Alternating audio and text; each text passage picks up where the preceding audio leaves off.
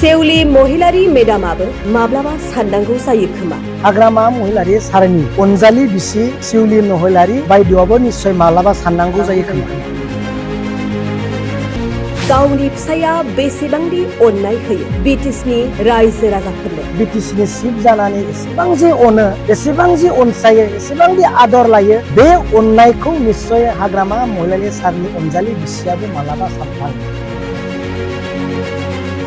माब्लाबा गावनि दंनायनिफ्रायनो रायजोनो अननाय होनायखौ रावबो बावनाय नङा। हाग्रामा महिलारि सारा पार्टीनि प्रेसिडेन्ट जानानै आरो बिटिसि चिफ जानानै बेबायदि अनसुंथाइ होदों, बिटिसिनि रायजोआ रावबो बावनाय नङा आरो गोसोखाङालासे थानो हानाय नङा। दुखिया निखावरिखौ अननायावबो मानसिया दाय नागिरनो मोजां मोनो। दुखुनि समाव जे हावरिया निखावरिखौ अनबाय, बेनि थाखाय बाख्नायग्रा मानसि संसाराव खम दं। मानसिया जेब्ला दुखुआव दङ, जेब्ला खैफोदाव गोग्लैयो, बेखौ सहाय होनायाव आखाइ खबग्रा खुब खम मानसि। बिसोरखौ बै हाग्रामा महिलारि सारखौ बाख्नायग्रा मानसिया खुब खम ओंखारगोन। गाज्रि नोजोर बबेनिफ्राय होदों, मानो होदों, बहानि फैसा, बेफोरखौ हिसाब लानोसो सम मोनो।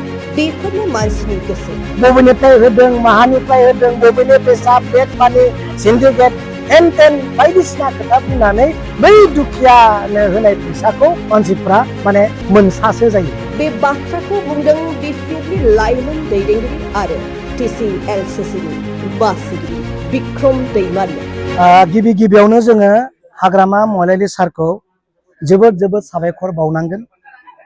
बिथांनि अननाय आरो महिमाखौ रायजोआ मिथिगौ आरो मालाबा सानस्लाबनोबो हाया। दिनै आं सानो हाग्रामा महिलारि सारनि अनजालि बिसि सेउली महिलारि बायदेवआबो निश्चय मालाबा साननांगौ जायो खोमा। रायजोखौ पार्टीनि प्रेसिडेन्ट जानानै बा बिटिसिनि चिफ जानानै एसेबां जे अनो, एसेबां जे अनसायो, एसेबां जे आदर लायो, बे अननायखौ निश्चय हाग्रामा महिलारि सारनि अनजालि बिसियाबो मालाबा सानफ्लाङो। नंगौना नङा सार? एसेबांदि अनो, सोरबा मोनजादोंना मोनजायाखै, सोरबा एडमिसनाव थोदोंना थोआखै, नांगौ जादों नामा, जोंनि सहायखौ लुबैदों बेखौबो साननानै गुबुन खना खनला थानाय जायगायाव दिनै रांनि हेफाजाब होदों। बेखौ दिनै जोङो गनायनानै लानांगोन आरो साबायखर बावनांगोन।